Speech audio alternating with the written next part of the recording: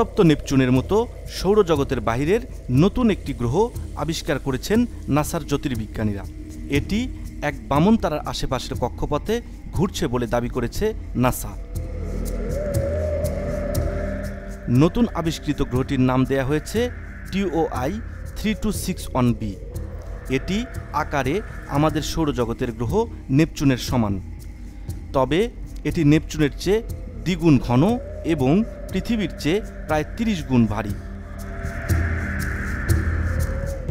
যুক্তরাষ্ট্রের মহাকাশ গবেষণা সংস্থা নাসার স্পেস টেলিস্কোপ ট্রানজিস্টিং এক্সপ্ল্যানেট সার্ভে স্যাটেলাইট ব্যবহার করে এই গ্রহটি আবিষ্কার করা সম্ভব হয়েছে বলে জানিয়েছেন গবেষকরা বলছেন, এখন পর্যন্ত এ ধরনের যতগুলো গ্রহ আবিষ্কৃত হয়েছে তার মধ্যে TOI 3261b এর অবস্থান চতুর্থ।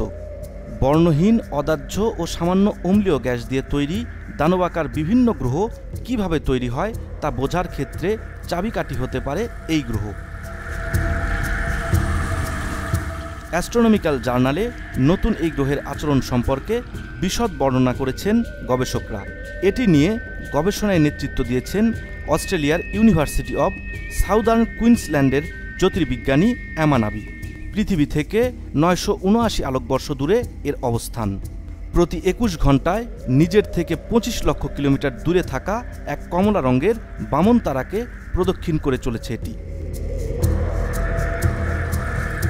কম্পিউটার মডেলিং থেকে জানা গেছে এই গ্রহ ও এর তারার বয়স প্রায় 650 কোটি বছর, যা আমাদের সৌরজগতের চেয়ে 200 কোটি বছরের পুরনো। উত্তপ্ত নেপচুনের মতো বিভিন্ন গ্রহ বিরল হলেও প্রতিটি নিজেদের বিবর্তন ও চরম পরিবেশে টিকে থাকার রহস্য সম্পর্কে দিতে পারে গুরুত্বপূর্ণ তথ্য। শাহিন সরকার, এশিয়ান পোস্ট।